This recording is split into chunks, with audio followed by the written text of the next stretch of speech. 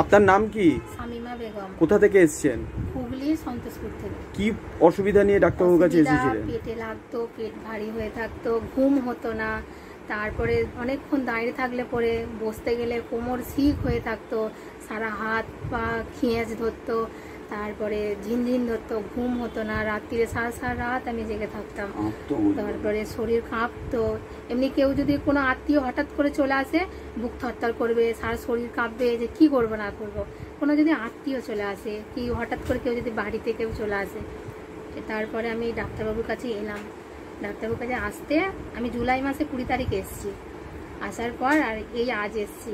আমি ভালো হয়ে গেছে, শুধু আমার বাচ্চাটার শরীর খারাপ ছিল বলে যার কারণে ডাক্তারবাবুর সঙ্গে আমি দেখা করতে পারিনি। আজ আমি এসেছি, সমস্যা সবই আমার ভালো হয়েছে। হালকা মাথায় হালকা অসুবিধা আছে, ডাক্তারবাবুকে বলবো যে ডাক্তারবাবু আমার মাথায় হালকা অসুবিধা হচ্ছে, যেন এটাও আমার যেন সেরে যায়। স্যার আপনি কিছু বলুন ওনার সম্বন্ধে। ভদ্রমহিলার নাম শামিমা বেগম। এই কেসটা খুব বলা দরকার যে আমরা যদি ঠিকমতো ট্রিটমেন্ট করতে পারি মানুষের কত কষ্ট দূর হয়, কত টাকা বেঁচে যায়। আমি প্র্যাকটিক্যালি টাকাই নিই না এদের কাছ থেকে। আর কথা হচ্ছে প্রথম যখন আসে ওনার বাবা মায়ের নার্ভের রোগ ছিল এবং সমস্ত শরীর কাঁপতো, আনস্টেডি গেট মানে টলটলানি করতো, কেউ এলে ভয় পেত, কথা বলতে পারতো না। রুগী বলছে সেদিনও আমার সঙ্গে কথা বলতে পারিনি।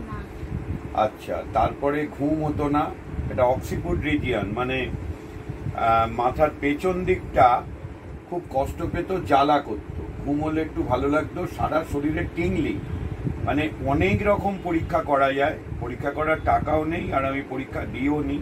হাতে টিংলি হলে ইএমজি করাতে হয়, এতদিনের কষ্ট। আজকাল তো সব এক্সামিনেশন ইনভেস্টিগেশন সব ব্যাপারে দরকার থাকলেও হচ্ছে, না দরকার থাকলেও হচ্ছে, সিটি স্ক্যানিং করাতে হয়। যাই হোক, আমি খুব রিস্ক নিয়ে ট্রিটমেন্টটা করলাম। এসেছিল 27-এ আর আজকে এলো। এতগুলো কষ্ট যেগুলো এত তাড়াতাড়ি কমানো যায় কি না আমিও জানতাম না আগে, মানে 15 বছর আগে।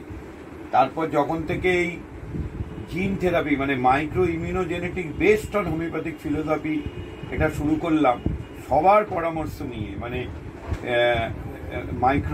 মাইক্রোবায়োলজিস্ট, নোবেল লরিয়েটস, আমাদের লাইনের অনেক বড় বড় ডাক্তার যারা এই দিক নির্দেশ করেছে, করে যখন ডায়াগনোসিস করে ট্রিটমেন্ট করতে শুরু করলাম তখন কনফিডেন্স বেড়ে গেল এবং সমস্ত কষ্ট ভালো হয়ে গেল। অনেক দিনের কষ্ট, 5-6 বছর ধরে ভুগছিল, শুধু একটাই আজকে কমপ্লেন করছে, অক্সিজেন মানে মাথার পেছন দিকে বার্নিং হচ্ছে আর হেভিনেস হচ্ছে। আমি পালস অক্সিমিটার দিয়ে দেখলাম যে ওর পালস 118 আর অক্সিজেন 98। এই পেন আর বার্নিং অক্সিপিটের জন্য মেডিসিন দিতে হবে, কিছুদিন কন্টিনিউ করতে হবে, তাহলে ওর টাকা বেঁচে গেল, ইনভেস্টিগেশন বেঁচে গেল এবং মানুষটা সুস্থ হয়ে গেল। Thank you.